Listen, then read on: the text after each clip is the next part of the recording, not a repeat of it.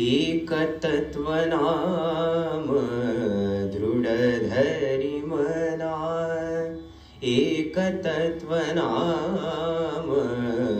दृढधरि मना, हरिसि करुणा येन तुझी, हरिसि करुणा येन तुझी, एकतत्वनाम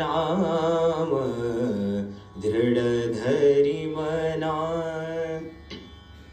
ते नाम सोपे रे राम कृष्ण गोविंद, राम कृष्ण गोविंद, राम कृष्ण गोविंद, ते नाम सोपे रे राम कृष्ण गोविंद, वाचेसी सद्गद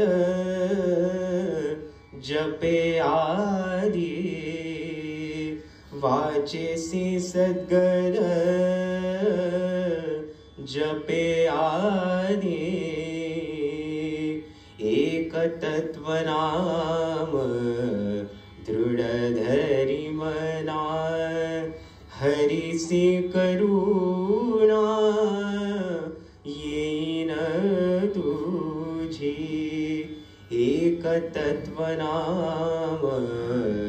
दृढधरि मना, नाम परते तत्व नाही रे अन्यथा, नाम परते तत्व नाही रे अन्यथा, वायाणिका पंथा वाया जाशी झणे,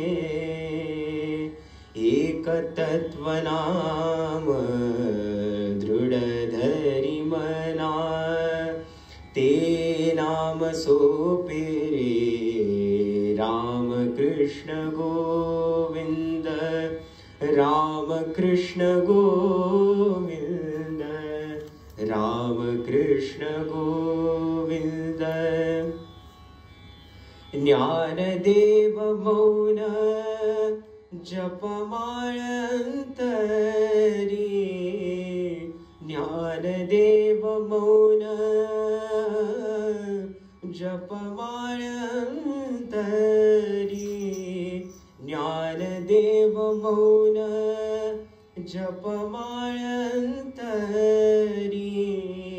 धरुनी श्रीहरी, धरुनी श्रीहरी, जपे सदा, धरुनी श्रीहरी, जपे सदा, एकतत्वनाम दृढधरि मना, एकतत्वनाम दृढधरि मना, हरिसि करुणा येन तुझी, हरिसि करुणा येन तुझी, ते नाम सोपे रे राम कृष्ण गोविंद, राम कृष्ण गोविंद, राम कृष्ण गोविंद, राम कृष्ण गोविंद, राम कृष्ण गोविंद, राम कृष्ण गोविंद, राम कृष्ण गोविंद, राम कृष्ण गोविंद, राम कृष्ण गोविंद, राम कृष्ण गोविंद.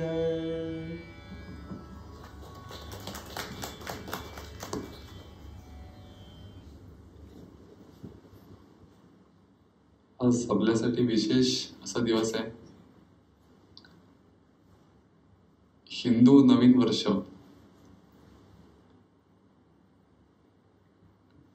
हे गुढीपाडव्यापासून चालू होतं.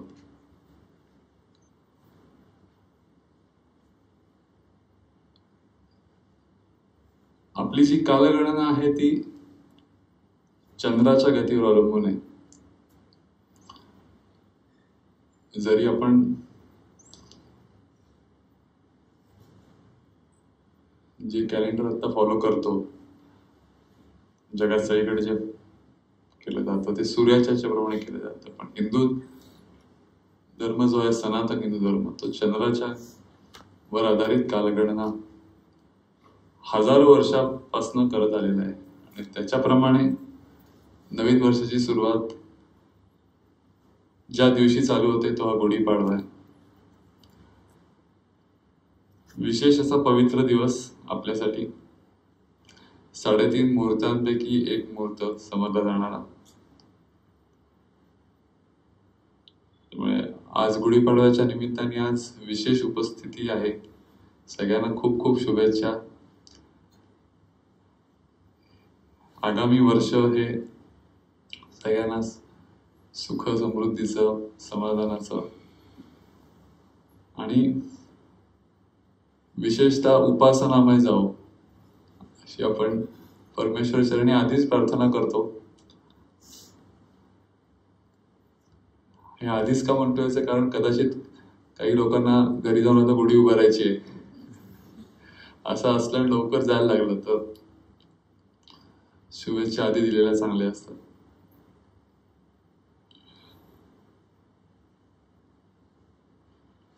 गुढीची संकल्पना आली कुठून असा प्रश्न बरेच वेळा आपल्याला पडतो. तर पूर्वीच्या काळामध्ये जे वाङ्मय आहे त्याच्यामध्ये जे दिसतं आपल्याला, त्याच्यामध्ये गुढी, पताका आणि ध्वज हे शब्द खूप आढळतात. अगदी वैदिक वाङ्मयापासून की काही विशेष असं घडलं, आनंद व्यक्त करायचा असेल तर काय पद्धत होती, तर गुढी उभारायची, जाहीर करायचं की आम्हाला आनंद झालेला आहे, काहीतरी विशेष झालेला आहे. संत वाङ्मयामध्ये खूप ठिकाणी गुढी हा शब्द येतो. ज्ञानेश्वरीमध्ये तर अनेक ठिकाणी आहे, एकनाथी भागवतामध्ये आहे, राम समर्थांनी वापरलेले अनेक ठिकाणी शब्द.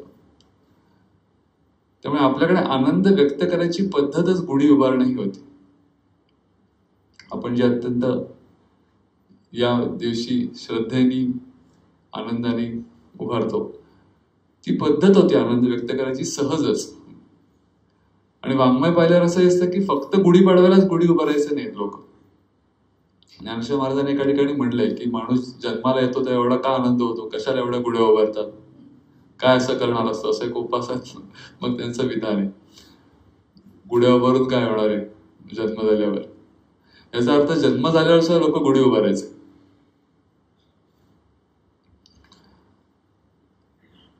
गुढी उभारण्यात एक शास्त्र असं आहे की जेव्हा आनंद होतो तेव्हा तो ऊर्ध्वगामी असतो, वर जाणारा असतो. आणि गुढी आपण वर, बरेच ठिकाणी बाल्कनी जशा समोरासमोर असले की कॉम्पिटिशन असते, सकाळी उठून लोक बघतात की कोणाची किती वर आहे, मग आपण आता कुठपर्यंत वर उभारायची, जितकं वर तितकी गुढी भारी. पण हे स्वाभाविक आहे की वर जाणं या गोष्टीचा संबंध आनंद होण्याशी आहे. ऊर्ध्वगामी हा शब्द आपण किती ठिकाणी वापरतो ना, ऊर्जा जी असते ती ऊर्ध्वगामी होते. खाली जाणं आणि वर जाणं हे तसं पाहिलं शास्त्राचे विद्यार्थी आपण आहोत, आपल्याला माहिती आहे गुरुत्वाकर्षणाशी संबंधित आहे. गुरुत्वाकर्षण खाली खेचत असतं, त्याच्या अगेन्स्ट एक शक्ती अशी असते, गुरुत्वाकर्षण इंग्लिशमध्ये ग्रॅव्हिटी म्हणतात. Gravity always pools you down.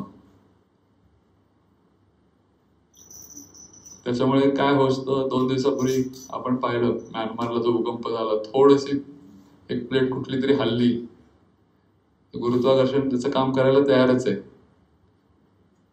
जमीन दोस्त होऊन गेल्या कित्येक इमारती, कित्येक हजारो लाखो लोकांचे जीव आणि त्यांचं आयुष्य हे उद्ध्वस्त झालं. थोडीशी ती अधोगामी शक्ती कार्यरत झाली की किती विध्वंस होऊ शकतो. तर हे गुरुत्वाकर्षण नित्य खाली खेचत असताना, ग्रॅव्हिटी ही कंटिन्युअसली काम करत असताना, एक कुठली तरी अशी शक्ती आहे की जी ग्रॅव्हिटीच्या अगेन्स्ट काम करते. आपल्या कधी असा प्रश्न पडत नाही की आपण मातीमध्ये बीज रोवतो, खूप आतमध्ये घालतो, माती घालतो, आणि त्याला पाणी द्यायला जेव्हा सुरुवात करतो तेव्हा छोटासा अंकुर हा वर कसा काय येतो? मातीमध्ये आत गेल्यावर त्याला काय सूर्यप्रकाश वगैरे काहीच मिळत नसतो. आणि तुम्ही बीज कसंही उलट पालट कसंही घाला, अंकुर कायम वरच येतो, वरच्या दिशेलाच येतो. तो कधी खाली जात नाही, साईडला पण जाते, कायम वर येतो. या वर येण्याच्या शक्तीला किंवा या प्रकृतीला इंग्लिशमध्ये ग्रेस असं म्हणतात. So it is always gravity and grace. शक्ती खाली खेचते, त्याच्या अगेन्स्ट एक काहीतरी शक्ती आहे जी वर जाते, ज्याला आपल्याकडे आपण कृपा असं म्हटलंय, की वर नेणारी शक्ती एक. आणि ही जी वर नेणारी शक्ती आहे त्याचा संबंध हा एकंदरी सृष्टीच्या धारणेशी आणि त्या सृष्टीमध्ये असलेल्या ज्या काही व्यक्ती आहेत त्यांच्या अस्तित्वाशी संबंधित आहे. आपण सहज म्हणतो आयुष्याला उभारी आली माझ्या. उभारी म्हणजे काय? मला आता माझ्या पायावर उभं राहून काहीतरी करायची उमेद निर्माण झाली, ताकद निर्माण झाली. सो प्रत्येक जीवाचा संघर्ष हा वर जाण्यासाठी आहे.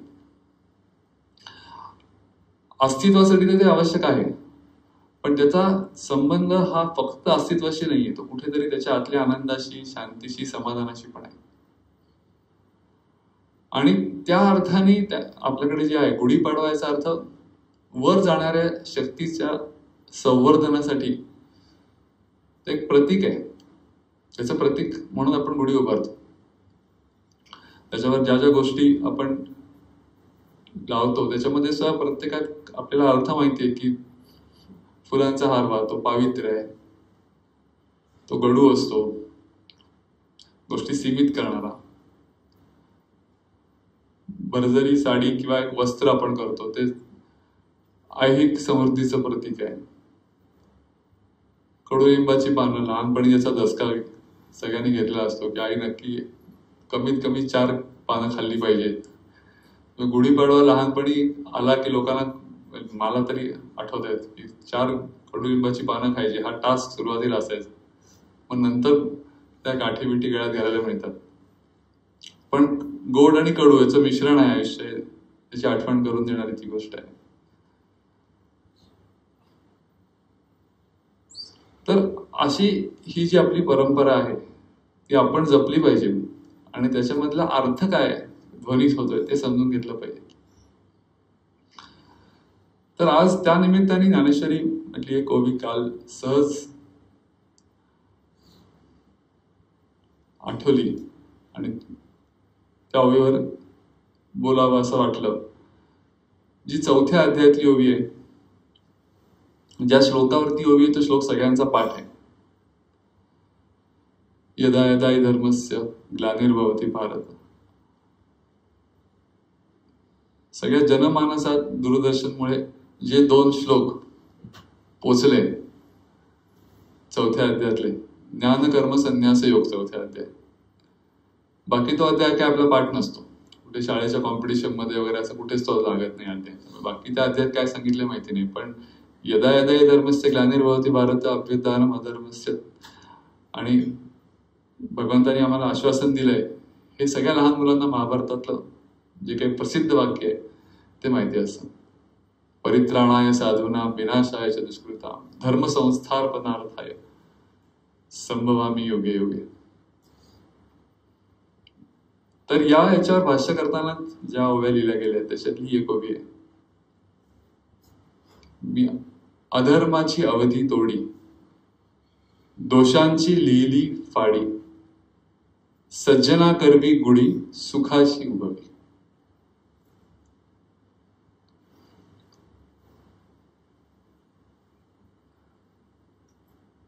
तीन जे उद्देश मुख्य आहेत ज्याच्यामुळे अवतार जन्माला येतात पहिलं उद्देश जे तोंडात निघून गेलं भगवानाच्या की परित्राणाय साधूना, जे त्याचा आवडतं उद्देश आहे. ते करण्यासाठी मग म्हणून नाईलाजाने करायला लागतं विनाशायच्या दुष्कृता.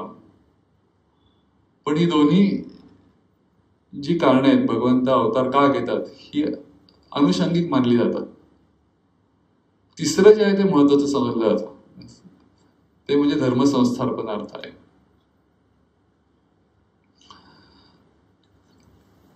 तर भगवद्गीता ज्या महापुरुषांनी सांगितली, ज्याला आपण पूर्ण अवतार मानतो, त्याच्या आयुष्यामध्ये ह्या तिन्ही गोष्टी इतक्या स्पष्ट दिसतात. म्हणजे आपल्याकडे राम आणि कृष्ण या दोन अवतारामध्ये या तिन्ही गोष्टी इतक्या स्पष्ट दिसतात. बाकीच्या अवतारामध्ये इतक्या स्पष्ट दिसत नाही. की चांगल्यांना पाठिंबा, वाईटांचं निर्दालन आणि धर्मसंस्थापनासाठी जे काय करायचं ते त्यांनी केलं. आणि म्हणून प्रत्यक्ष कृतीतनं ते आचरून दाखवल्यामुळे संपूर्ण त्यांच्या आयुष्यामध्ये या शब्दाला जबरदस्त वजन आहे की हो, तो येतो आणि हे सगळं तो करतो.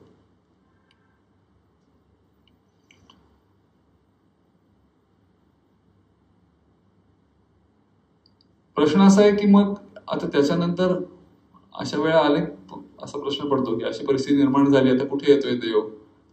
सध्याचं काय वातावरण जे आहे आपण पाहतोय त्याच्यामुळे तर खूप गरज वाटते आपल्याला. कोणीतरी येऊन निर्धारण करणारे ची लिस्ट एवढी मोठी झाली आहे, कोणी करत कसं नाही. प्रत्येक युगामध्ये एकदाच येतो का अवतार, असाही प्रश्न असतो. तर या संदर्भात मुख्य गोष्ट अशी आहे की प्रत्येक वेळेला देवानेच यायला पाहिजे असं नाहीये.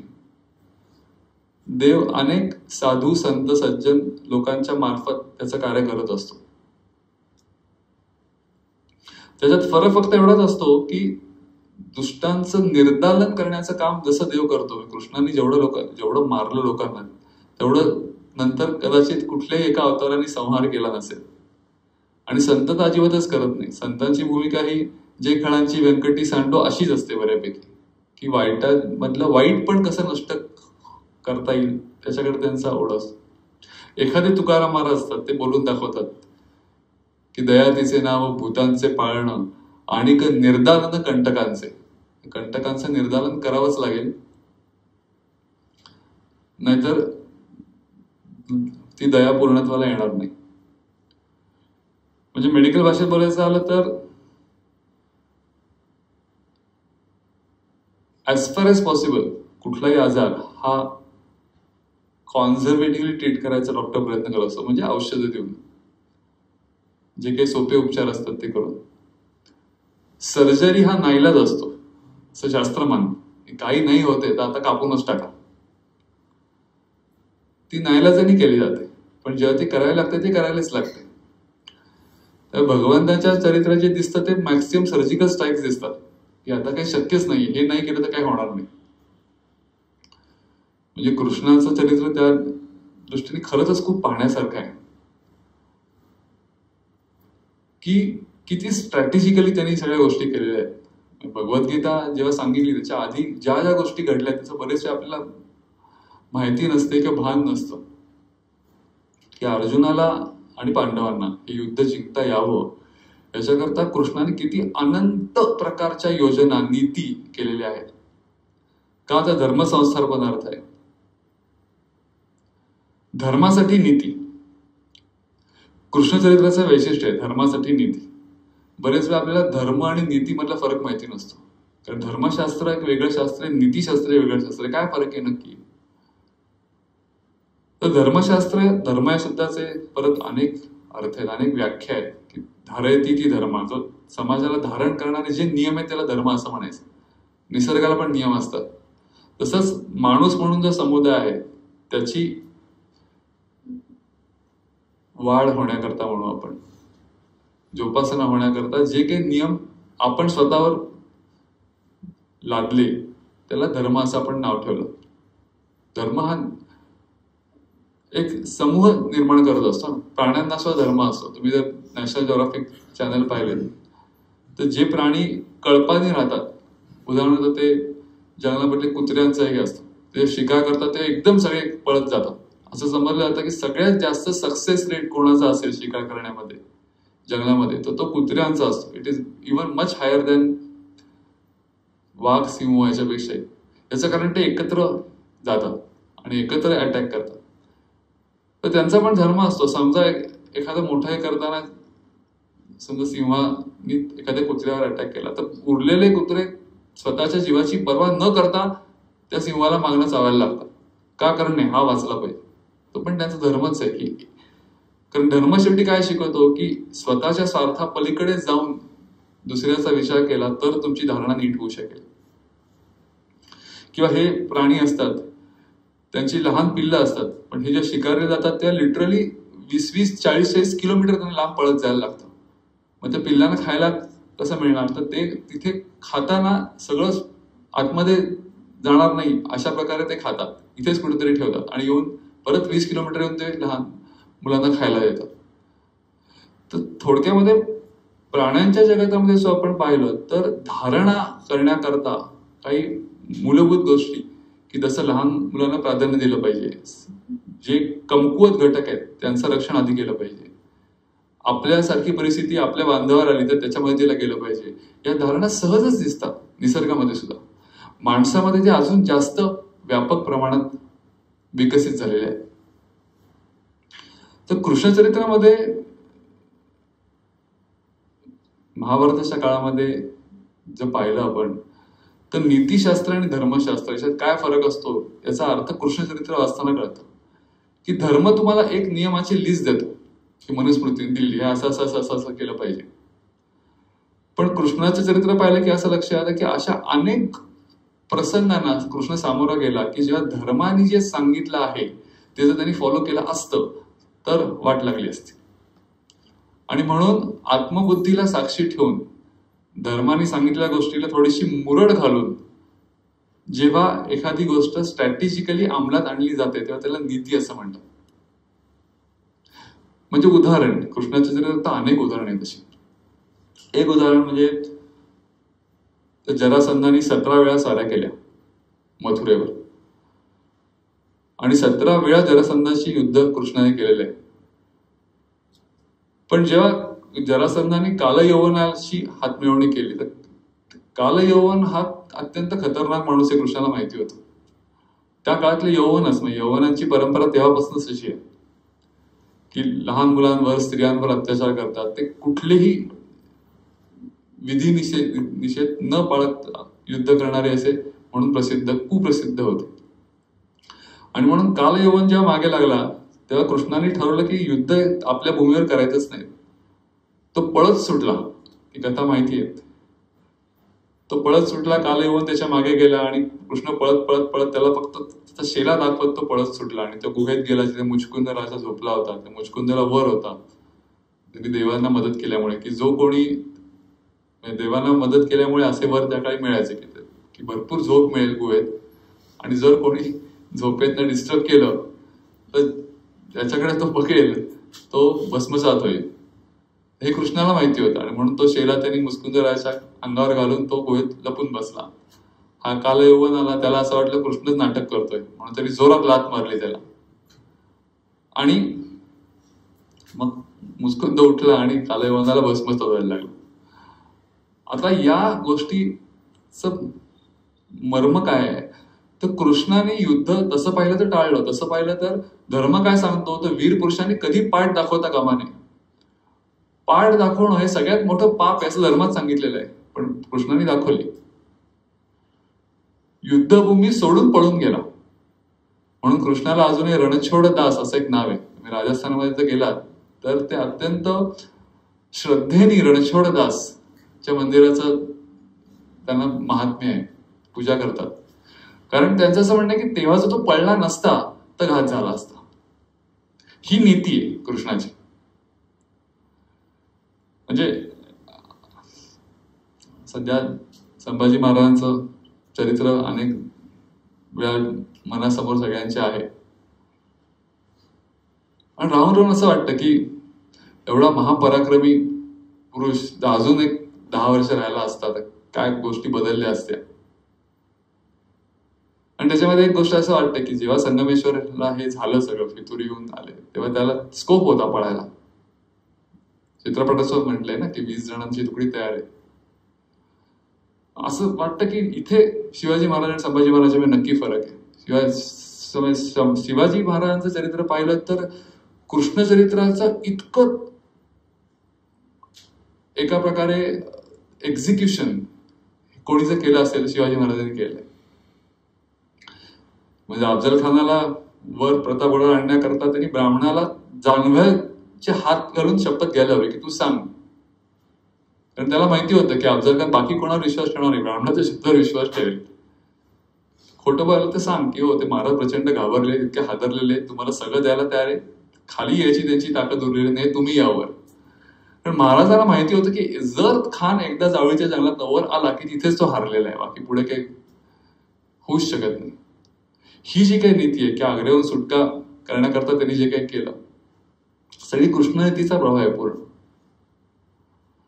त्यामुळे जिथे पळणं आवश्यक आहे तिथे पळणंच आवश्यक आहे. आणि म्हणून कृष्ण चरित्राचा अभ्यास आपण जेव्हा करतो तो केलाच पाहिजे, कारण या श्लोकांचा अर्थ हा केवळ शब्दार्थाने कळणार नाही. त्या महात्म्यांनी जे काही जगलेलं आहे ते तुम्ही जर प्रत्यक्ष त्याचा अभ्यास केला तरच कळेल की या ओव्यात किंवा ज्याच्यावर आधारित ते श्लोक जेव्हा त्यांनी सांगितले. तुम्ही बघा पुढे भगवद्गीतेमध्ये दैवी गुणसंपत्ती सांगताना अनेक ठिकाणी त्यांनी अहिंसेचा उल्लेख केलेला आहे. दैवी गुणसंपत्ती म्हणून कृष्णाच्या चरित्रात किती ठिकाणी हिंसा आहे. अशी व्यक्ती सांगते की दैवी गुणसंपत्ती म्हणजे अहिंसा आहे. आणि म्हणून समग्र वाङ्मयाचा अभ्यास केल्याशिवाय ते आपल्याला समजू शकत नाही की ते असं का म्हणतोय तो. तर ही गोष्ट त्यामुळे महत्वाची आहे की दुर्जनांचा नाश हा करावाच लागतो, त्याशिवाय सज्जनांना तुम्ही वर आणू शकत नाही. आणि कृष्णाच्या चरित्रामध्ये त्यांनी ते केलं. आणि जिथे ते केलं गेलं नाही तिथे किती फटका बसला हेही महाभारत आपल्याला शिकवतो. की उदाहरण म्हणून सांगायचं झालं तर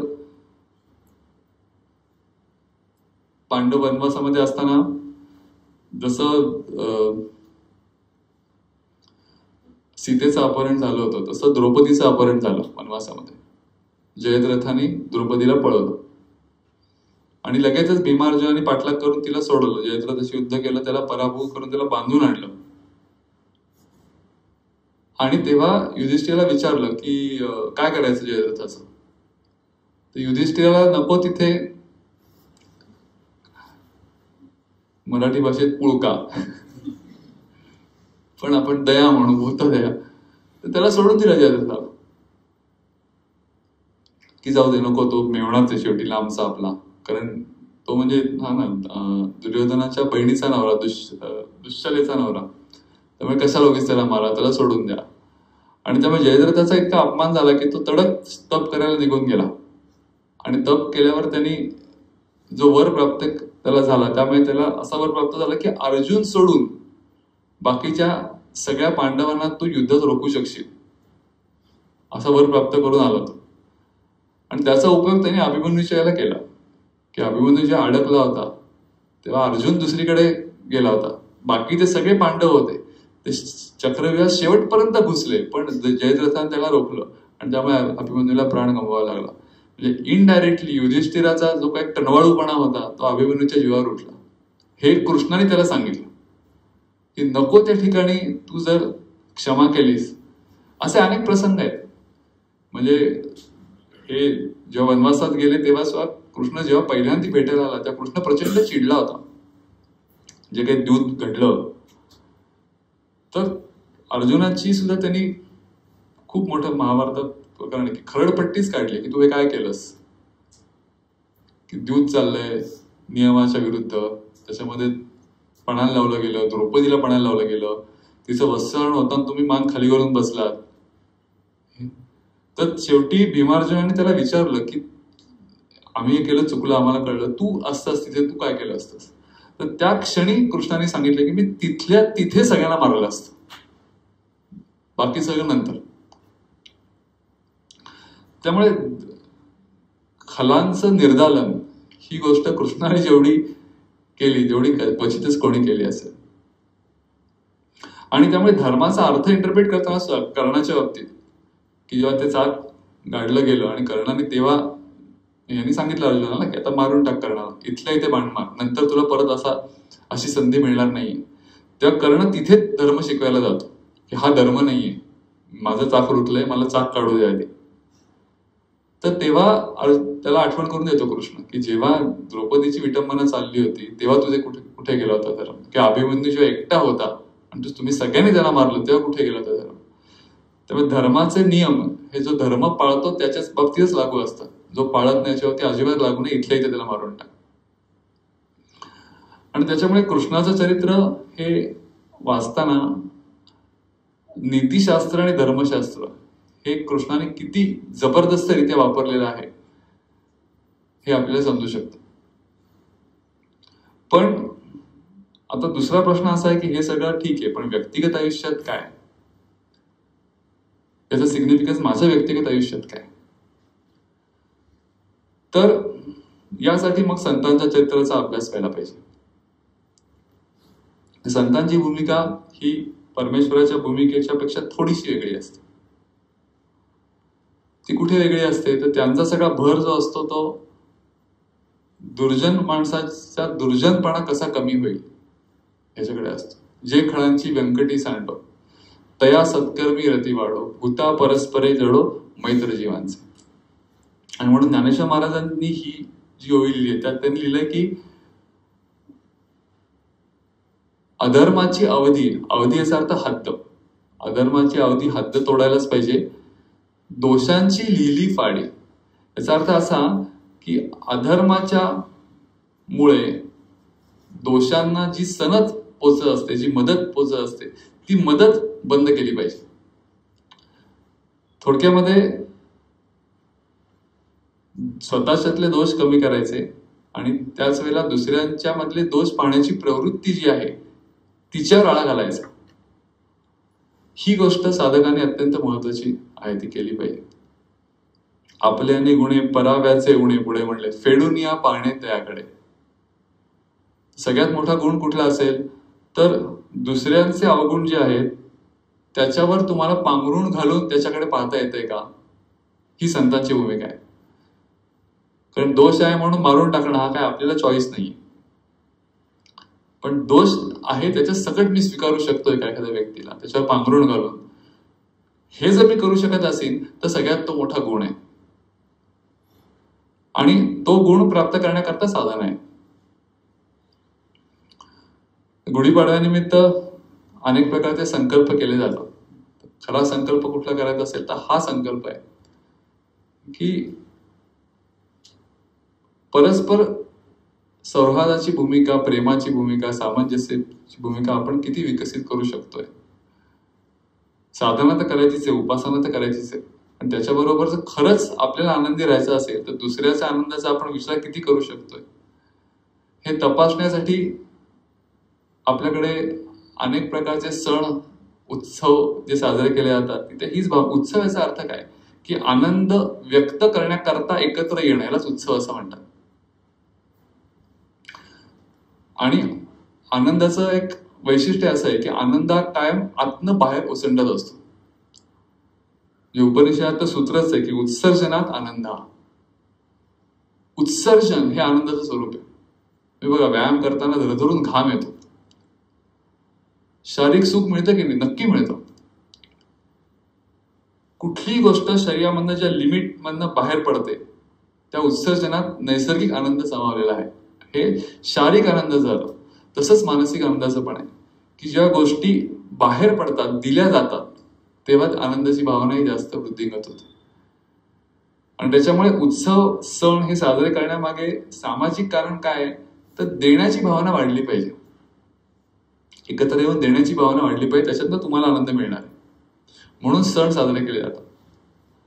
पण त्याच्यामध्ये शेवटी भगवद्गीता हा योगशास्त्र आहे. योगशास्त्राचा आपण अभ्यास करतोय हे कधी विसरता कामा नये. सण, व्रतवैकल्य, उत्सव याचा प्राण कुठे आहे योगशास्त्राप्रमाणे तर तो प्राण हा आनंद जो आहे ते तुझं खरं स्वरूप आहे हे समजून घेण्यामध्ये आहे. आणि ते जर एकदा समजलं की खरं आनंद आतमध्येच आहे, तो कुठे बाहेर नाहीये, तो आतनं बाहेर ओसंडतोय. पण त्याचा स्रोत जर मला खरंच सापडला तर योगिया पाहे दिवाळी निरंतर, असं पुढच्या ओवीत त्यांनी म्हटलेलं आहे की जशी निरंतर दिवाळी योगेसाठी असते, त्याला काही 4 दिवस फक्त साजरी करायची गोष्ट नाहीये, तसंच आनंद ही माझीच आतली वस्तुस्थिती असल्यामुळे ही जी काही गुढी आहे हे फक्त प्रतिकात्मक आहे, ती कायमच ती वर येणारी गोष्ट आहे. ही सगळ्यात त्याच्यातली महत्वाची गोष्ट आहे. त्याच्यामुळे ज्ञानेश्वरांनी भाष्य करताना सांगितलंय की हे धर्मजात आगवे युगायुगी म्या रक्षावे, ऐसा ओघू हा स्वभावे आद्यू असे. की हे जे धर्मजात आहे ते युगायुगात मी रक्षावं, हा या आद्याचा अर्थ जे तत्व आहे त्याचा हा स्वभावच आहे. म्हणजे परमात्म्याची थोडक्यात जबाबदारी आहे की प्रकट होऊन रक्षण करणे स्वतःच्या सृष्टीचं. अवतार या शब्दाबद्दल असं म्हटलं जातं की अवतार जेव्हा जन्माला येतो तेव्हा, आणि माणूस सामान्यपणे जन्माला येतो, याच्यामध्ये काय फरक असतो, तो माणसाचा जन्म हा त्याच्या कर्मावर अवलंबून असतो असं आपला कर्मसिद्धांत सांगतो. अवतार हा त्याला अपवाद आहे. म्हणजे माणसाचा जन्म हा मुळात त्याच्याच पूर्व संचिताचं फलित असतं, त्यामुळे तो विकार असतो असं मानलं जातं शास्त्रात. परमात्म्याचा जन्म हा अविकारी समजला जातो. भागवतामध्ये वर्णन आहे की अविकारी जन्म. याचा अर्थ असा की जन्म आणि कर्म या दोन्ही गोष्टी त्याला लागू नये. तो त्याच्याच शक्तीने जन्म घेतो, त्याच्याच शक्तीने तो साकार होतो, मायाच्या पलीकडे असल्यामुळे. कृष्णाचा अवतार असू दे, रामाचा असू दे, त्याच्याच शक्तीने तो साकार होतो. त्यामुळे आपल्याला तो सगुण परमात्मा भासतो आणि तो परत जेव्हा अंतर्धान पावतो तेव्हा त्याच्याच शक्तीत तो परत गेलेला असतो. अवताराचे लक्षण सांगितलेलं आहे. आणि हे पूर्ण अवताराच्या बाबतीत खरं आहे सांगितलेलं आहे. मग बाकीचे अवतार काय, ते अंश अवतार असतात. पण ते महत्वाचं आहे, कारण असं आहे की आता हे काही 1000 वर्षापूर्वी घडली घटना आहे. मग त्याच्यानंतर 300 वर्षापूर्वीचा काळ घ्या, शिवाजी महाराज जर झाले नसते आज आपण असं बसलोय, असे बसूच शकलो नसतो. तो अंश अवतारच होता ना. त्याच्या काळात जे काही झाले, समर्थांना अवतारच मानलं जातं हनुमंताचा. म्हणजे सगळे संत आपल्या श्रद्धेप्रमाणे आपण ठरवू शकतो कोण कोणाचा अवतार आहे, पण अंश अवतार नक्की होते. कारण ते जर झाले नसते तर अशा प्रकारे धर्माचं संस्थापन आणि संवर्धन होणं शक्यच नव्हतं. किंवा अगदी अलीकडच्या काळात रामकृष्ण परमहंस विवेकानंद काय अवतारी नाही तर काय, की एक 30-35 वर्षाच्या मध्ये सगळं जग हलवून टाकलं. विशेषतः पाश्चिमात्य जग, की जे अत्यंत तार्किक लोक होते, कुठल्याही प्रकारचा देव धर्म मानायला तयार नव्हते, अशा ठिकाणी धर्माची मुहूर्तमेढ एका माणसाने काही 2-3 वर्षात जाऊन रोवली आणि त्याचा आज केवढा मोठा वटवृक्ष झालेला आहे. त्यामुळे असं अजिबात नाहीये की अवतार झाले कृष्ण त्याच्यानंतर कोणी तर आलंच नाही, आम्ही काय करू, असं नाहीये. ते होत असतात, अंश अवताराने होत असतात. आपल्याला लक्षात यायला लागतं. तसं पाहिलं तर मग पुराणामध्ये काय, भागवतामध्ये सहसा उल्लेख, भागवतामध्ये संपूर्ण याच्यामध्ये जर पाहिलं तर कृष्णाला पूर्ण अवतार फक्त एका ठिकाणीच म्हणलंय, बाकी अनेक ठिकाणी अंशावतार असं उल्लेख आहे. तसं पाहिलं तर त्या याने पूर्ण अवतार कृष्ण आपण म्हणतो पूर्ण पुरुषोत्तम, तो एकाच ठिकाणी भागवत त्याला पूर्ण पुरुषोत्तम म्हणतो, बाकी अनेक ठिकाणी अंशावतार असंच म्हणतो. त्यामुळे आपण असं, कारण आपला अंश असा आपल्याला नको असतो, आपल्याला पूर्ण हा शब्द हवा असतो. अंश म्हणजे नको, पूर्ण सांगा काहीतरी. तर प्रत्येक जीव हा तसं पाहिलं तर त्याचाच अंश आहे. त्याचं प्रकटीकरण होतं की नाही महत्वाची गोष्ट आहे. तर आपण या ऍप्लिकेशन पर्यंत पोहोचलं पाहिजे. स्वामी म्हणायचं की आपल्याला शेवटी टेकावे काय याच्यामध्ये, तर प्रत्येक जीवामध्ये त्या शिवाचा जो अंश आहे, तर आपण तो अंश प्रकट होण्याकरता काय करतोय ही सगळ्यात महत्वाची गोष्ट आहे. संभवामी युगे युगे याचा अर्थ प्रत्येक युगामध्ये मी आहेच आहे आणि माझा नैसर्गिक स्वभाव आहे प्रकट होणं. त्याचं विनोबांनी फार हे छान केलेलं आहे की अवतार याचा अर्थ अवतरण असा होतो. अवतरण याचा अर्थ आपण म्हणतो आरोह अवरोह, अवरोह याचा अर्थ खाली येणं. तर विनोबाजींनी सांगितलंय की साधक जो असतो तो आरोहण करायचा प्रयत्न करत असतो. म्हणजे साधकाने काय करतो आपण, तो आरोह म्हणजे वर जायचा प्रयत्न करत असतो. आणि जेव्हा तो आरोह करतो, 2 पावलं जेव्हा वर जायचा प्रयत्न करतो, तेव्हा भगवंत त्याच्यासाठी अवतरण करतो, म्हणजे तो खाली येतो. म्हणजे तुम्ही असं म्हणतात ना, एक पाऊल जर तुम्ही चाललात तर 10 पावलं तो तुमच्याकडे येईल, पण ते एक पाऊल महत्वाचं आहे. तो 10 पावलं यायला तयार आहे. तुम्ही एकच पाऊल नाही चालला तर 10 पावलं नक्की येणार नाहीत. त्याच्यामुळे या सगळ्या याच्यामध्ये कोणीतरी येईल आणि आम्हाला वाचवेल अशी धारणा ही स्वाभाविक मनुष्य धारणा आहे, हे खरं आहे. पण तरी सुद्धा माझ्या आतमध्ये तो आहे अंश, आणि त्याची जोपासना करणं हे माझं कर्तव्य आहे. त्याच्याकरता मला उपासना केली पाहिजे. त्याच्या आड येणाऱ्या ज्या ज्या गोष्टी आहेत त्या सगळ्या दुष्प्रवृत्ती आहेत माझ्याकरता, तेच माझ्यासाठी निर्धारण आहे. की जे काही दोष मला माझे माहिती आहेत, कोणी सांगायची गरज नाही, तर ते सगळे दोष जे आहेत ते काढणं आणि ज्या काही सत्प्रवृत्ती आहेत त्या वर आणणं, त्याच्याकरता जे काही करायला लागेल ते करणं, ही प्रत्येकाची जबाबदारी आहे. त्याच्याकरता उपासना आहे.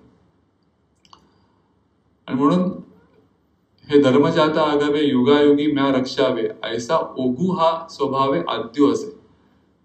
म्हणून अजत्व परते ठेवी, मी अव्यक्तपणही नाठवी. जे वेळी अधर्माते अभिभवी, धर्माते अभिभवी अधर्मुहा, म्हणजे धर्मापेक्षा अधर्म अभिभवी, याचा अर्थ जड होतो.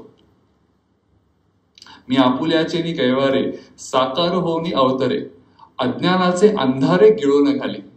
आणि मग पुढे ही ओवी आहे की अधर्माची अवधी तोडी, धर्माची दोषांची लिहिली फाडी, सज्जना करवी गुढी सुखाची उभवी. त्यामुळे सज्जन माणसांना हाताशी धरून मी हे सगळं काम करतो, असं भगवंताचं म्हणणं आहे. तर ती सत्प्रवृत्ती प्रत्येकामध्येच आहे.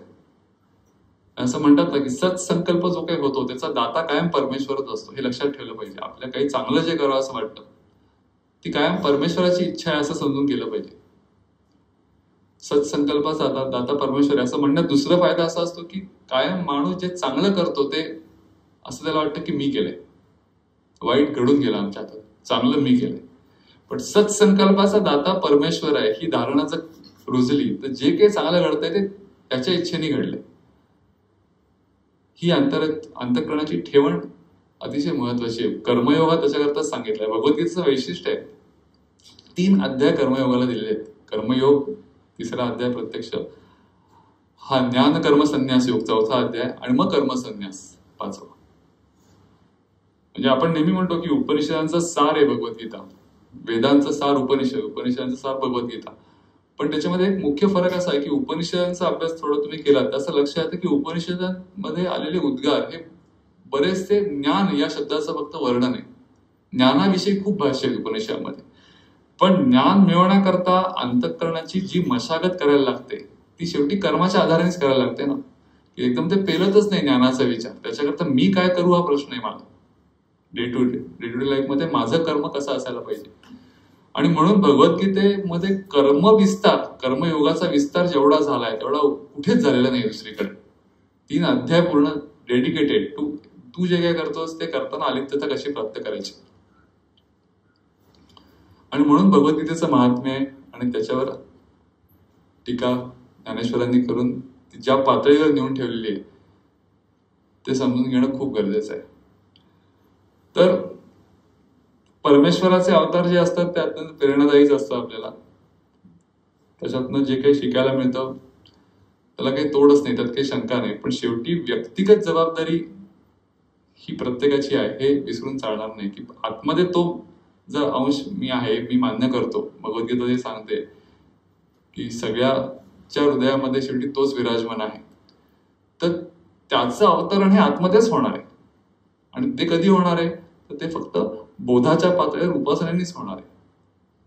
ही सगळ्यात महत्वाची गोष्ट आहे. आणि या गोष्टीचा विसर कधी पडून देता कामा नये. त्याच्यासाठी जो काही यज्ञ आपण करतो, भगवद्गीतेचे अजून जे उपकार आहेत की सगळे हे कर्मयोगातले जे शब्द तुम्ही जर पाहिलेत ना, तर भगवद्गीता धर्मसंस्थापनार्थाय संभवामी युगे युगे हा जो उद्गार आहे त्याच्यामध्ये भगवद्गीता निर्माण करणं हा सगळ्यात मोठा भाग आहे. तुम्ही बघा 5000 वर्षे होऊन गेली, अजूनही हा ग्रंथ अब्जावधी लोकांना शिरोधार्य का आहे? कारण त्याच्यामध्ये आयुष्य उद्धारता हे लक्षात येते. धर्माचं संस्कार पण तेव्हाच फक्त केलं नाही, ते अजूनही भगवान कृष्ण करतच आहे, आपल्यासाठी करतायत.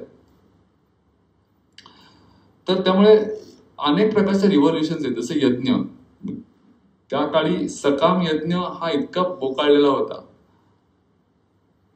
वैदिक काळ कर्मकांड बोकाळलेलं होतं. भगवद्गीतेचं जे काही प्रयोजन आहे त्याच्यामध्ये सगळ्यात महत्वाच्या गोष्टी, भगवद्गीता हे खूप मोठं एका प्रकारचं बंड आहे की तेच शब्द भगवंतांनी वापरले. यज्ञ, पण यज्ञाच्या व्याख्या तुम्ही बघा, संन्यास शब्दाच्या व्याख्या बघा. संन्यास ही मनाची ज्ञानमय ठेवण आहे, याला भगवंतांनी संन्यास म्हटले. संन्यास बाकीच्या कुठल्याही बाहेरच्या गोष्टी अवलंबून नाहीये. तसंच यज्ञ ही तुम्ही कर्म एखादं करताना तुमच्या अंतःकरणाची ठेवण काय आहे त्याच्यावर ती गोष्ट यज्ञ होणार की नाही अवलंबून आहे. तुम्ही एखादी गोष्ट करताना संपूर्ण निस्वार्थपणे करत असाल, दुसऱ्याच्या आनंदासाठी करत असाल आणि समर्पित भावने करत असाल, तुम्ही जे काय करताय तोच यज्ञ आहे. हे भगवद्गीता पहिल्यांदा सांगते, पण यज्ञ हा शब्द वापरून सांगते. त्यामुळे त्या काळात लोकांना कळलं नाही की हे आपल्या अगेन्स्ट बोलत आहे.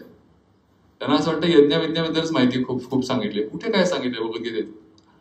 यज्ञाचे विधी, यज्ञ काय करायला पाहिजे, त्याच्यात काय सामूहिक, काहीही भगवद्गीता बोलत नाही. त्यामुळे त्या काळातले शब्द वापरून प्रत्येक संज्ञा रिडिफाईन करायचं काम भगवद्गीतेत केलेलं आहे. आणि धर्मसंस्कार पण त्यासाठी अजून दुसरं काय पाहिजे की त्या काळामध्ये जे जे लागू आहे त्या गोष्टी तर पाळायच्याच, पण जे आवश्यक आहे तो प्राण जो आहे, जो विजला गेलेला आहे, तो परत भगवंतांनी फुंकलेला आहे. मुख्य गोष्ट काय आहे ते सांगून. आणि म्हणून हे जे तत्वज्ञान आहे ते खरोखर कालातीत आहे. त्याचा फक्त प्रेझेंट कॉन्टेक्स्ट मध्ये आपण अर्थ लावणं महत्वाचं आहे आणि अर्थ लावून समजून घेणं महत्वाचं आहे. तर असं आजच्या दिवशी हा प्रबोधनाचा विषय होता की जो आपल्या उपासनेसाठी खूप महत्वाचा आहे. भगवंत कुठेही बाहेर न वाचवायला येणार आहे या भ्रमात न राहता तो आपल्या आतमध्येच आहे. त्याचं प्रकटीकरण जास्तीत जास्त कसं होईल हे पाहणे प्रत्येक साधकाची जबाबदारी. हरिओम. बोला पुंडलिक वरदा हरी विठ्ठल. श्री ज्ञानदेव तुकाराम पंढरीनाथ महाराज की जय. जगद्गुरु श्री ज्ञानेश्वर महाराज की जय. जगद्गुरु श्री तुकाराम महाराज की जय. परमहंस सद्गुरु स्वामी स्वरूपानंद महाराज की जय. परमहंस सद्गुरु स्वामी माधवनाथ महाराज की जय. परमहंस सद्गुरु स्वामी माधवानंद महाराज की जय. सब संतन की जय. जय जय रघुवीर समर्थ.